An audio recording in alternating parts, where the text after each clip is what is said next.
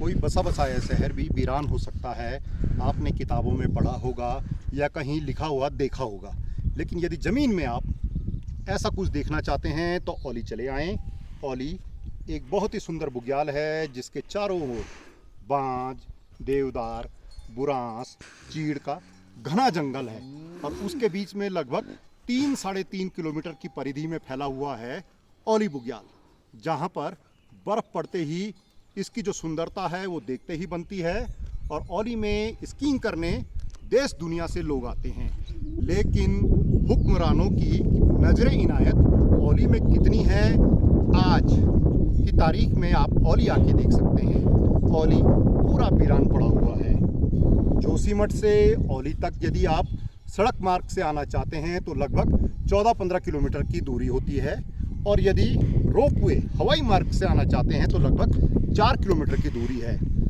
80 के दशक में, 70-80 के दशक में जोशीमठ से औली तक लगभग 4 किलोमीटर लंबी रोपवे का निर्माण किया गया, जो आज से 3 वर्ष पहले जब जोशीमठ में भूधंसा हुआ, उसके बाद इन्हीं कारणों से जोशीमठ औली रोपवे को बंद कर दिया गया। लेकिन देखिए, प्रदेश के हुक्मरानों को, नीति बनाने वालों को 3 साल से अधिक का समय बीत गया है, लेकिन अभी तक जोशीमठ औली के पर्यटन की जो लाइफलाइन है रोपवे, वो शुरू नहीं हो पाई है। भले ही केंद्र सरकार ने लगभग 1600 करोड़ रुपए का मोटा पैकेज जोशीमठ के ट्रीटमेंट के नाम पे दे रखा है। कैसा ट्रीटमेंट हो रहा है वो हम कभी फिर आपको बताएंगे। एक और तो जोशीमठ के ट्रीटमेंट के नाम पे 1600 करोड़ रुपए दे रखा है, दूसरी ओर औली जो एक इंटरनेशनल स्कीइंग स्लोप है, विंटर डेस्टिनेशन है, हिल स्टेशन है, वो पूरी तरह से सुनसान है। औली में यदि आज आप आएंगे तो औली आपको पूरा सुनसान दिखेगा, सिर्फ कहीं कहीं कुछ गाय और कुछ एक टूरिस्ट नजर आएंगे।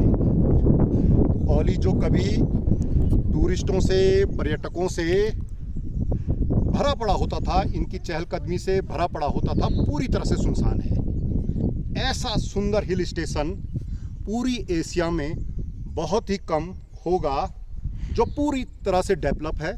लेकिन प्रदेश के जो नीति नियंत्रक हैं, जो प्रदेश के नीति बनाने वाले लोग हैं, अब समझ में नहीं आता है, इसे भ्रष्टाचार कहें, कमीशन की बंदरबाट कहें, हिस्सेदारी कहें, या कहें कि हिस्सा नहीं मिल पा रहा है इसलिए यह क्षेत्र डेवलप नहीं हो पा रहा है, या कहें कि इस क्षेत्र से इतनी मजबूत आवाज़ आगे तक नहीं जा पा रही है, या कहें कि इस क्षेत्र से जो जनप्रतिनिधि चुने जाते हैं, जो लोग आगे जाते हैं, वो लोग इतने टेक्निकल जानकार नहीं है, क्षेत्र के जानकार नहीं है कि इस क्षेत्र की आवाज़ उठा पाएँ।